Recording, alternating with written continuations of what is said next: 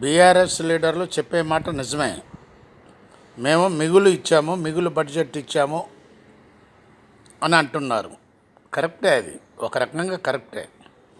ఏ విధంగా కరెక్ట్ అంటే అక్కడక్కడ ఏదో స్టార్ట్ చేసే వర్కులు అక్కడ ఒక బోర్డు పెట్టి సో అండ్ సో వీళ్ళు దీన్ని ఇనాగ్రేట్ చేశారు, దీన్ని శిలాఫలకం పెట్టారు అనేటటువంటి పనులు మొదలుపెట్టి రాష్ట్రమంతా అప్పులు చేసి ఆ విధంగా వాటిని వదిలేసి ఓడిపోవటం జరిగింది.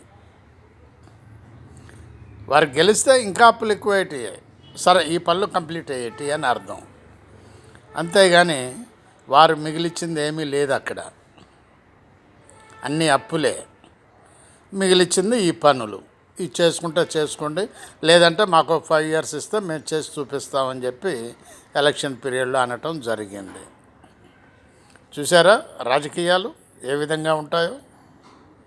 బివి ప్రసాద్, హైదరాబాద్.